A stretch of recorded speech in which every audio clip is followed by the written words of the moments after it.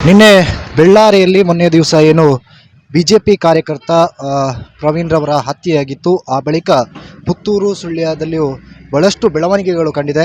ಇಲ್ಲಿ ವಿಶೇಷವಾಗಿ ಪುತ್ತೂರಿನ ಭಾಗದಲ್ಲಿ ಬಸ್ಗಳಿಗೆ ಕಲ್ಲೆಸೆಯುವಂಥ ಒಂದು ರೀತಿಯ ವಿಚಾರಗಳು ಕೂಡ ಬೆಳಗ್ಗಿನ ಹೊತ್ತಿನಲ್ಲಿ ನಿನ್ನೆ ನಡೆದಿತ್ತು. ಇದೆಲ್ಲರಿಂದ ಜನರು ಒಂದಷ್ಟು ಭಯದ ವಾತಾವರಣದಲ್ಲಿ ಬದುಕುವಂಥ ಪರಿಸ್ಥಿತಿ ಎದುರಾಗಿತ್ತು. ಈ ಹಿನ್ನೆಲೆಯಲ್ಲಿ ಇವತ್ತು ರಾಜ್ಯ ಸಶಸ್ತ್ರ ಮೀಸಲು ಪಡೆಯ ಒಂದು ಸಹಕಾರದಲ್ಲಿ ಪುತ್ತೂರಿನ ಡಿವೈಎಸ್ಪಿ ಗಾನಪಿ ಕುಮಾರ್ ಅವರ ನೇತೃತ್ವದಲ್ಲಿ ಜನರಲ್ಲಿ ಭಯದ ವಾತಾವರಣವನ್ನು ಹೋಗಲಾಡಿಸುವಂಥ ದೃಷ್ಟಿಯಿಂದ ಇದೀಗ ಪುತ್ತೂರಿನಲ್ಲಿ ಪೊಲೀಸರ ಪಥಸಂಚಲನ ನಡೀಲಿಕ್ಕಿದೆ. ನಾವೀಗ ಇರುವಂಥದ್ದು ದರ್ಬೆ ವೃತ್ತದ ಬಳಿ. ಇಲ್ಲಿ ಪೊಲೀಸರು ನೆರೆದಿರುವುದನ್ನು ನೀವೆಲ್ಲರೂ ಗಮನಿಸ್ಬೋದು. ಇಲ್ಲಿ ಮೂರು ಬಸ್ಸುಗಳು, ಪೊಲೀಸ್ ಸ್ಟೇಟ್ ರಿಸರ್ವ್ ಪೊಲೀಸಿನ 3 ಬಸ್ಸುಗಳು ಇಲ್ಲಿ ಇರುವಂಥದ್ದು. ಪೊಲೀಸರು ಕೂಡ ಪಥಸಂಚಲನಕ್ಕೆ ತಯಾರಾಗಿ ನಿಂತಿರುವಂಥದ್ದು ನಮಗೆ ಕಾಣಲಿಕ್ಕೆ ಸಿಗತ್ತೆ. ಹಾಗೂ ಪುತ್ತೂರಿನ 2 ಪೊಲೀಸ್ ಜೀಪುಗಳ ಸಮೇತ ಪೊಲೀಸರು ಇಲ್ಲಿ ಆಗಮಿಸಿರುವಂಥದ್ದು. ಮುಂದಕ್ಕೆ ಈ ಭಾಗದಿಂದ ದರ್ಬೆ ವೃತ್ತದಿಂದ ಇಲ್ಲಿ ಪೊಲೀಸರ ಪಥಸಂಚಲನ ನಡೀಲಿಕ್ಕಿದೆ. ಆ ಬಳಿಕ ಅದು ಬೊಳುವಾರು ತನಕ ಪಥಸಂಚಲನ ಸಾಗಿ ಅಲ್ಲಿ ಬೊಳುವಾರಿನಲ್ಲಿ ಅದು ಪಥಸಂಚಲನ ನಿಲ್ಲಕ್ಕಿದೆ. ವಿಶೇಷವಾಗಿ ಜನರಲ್ಲಿ ಧೈರ್ಯವನ್ನು ತುಂಬುವಂಥದ್ದು ಮತ್ತು ಜನರಿಗೆ ಏನು ನಿನ್ನೆ ದಿವಸ ಒಂದಷ್ಟು ಭಯದ ವಾತಾವರಣ ಇತ್ತು, ಅದನ್ನು ಹೋಗಲಾಡಿಸುವ ದೃಷ್ಟಿಯಿಂದ ಈ ಪಥಸಂಚಲನ ಇವತ್ತು ನಡೀಲಿಕ್ಕಿದೆ.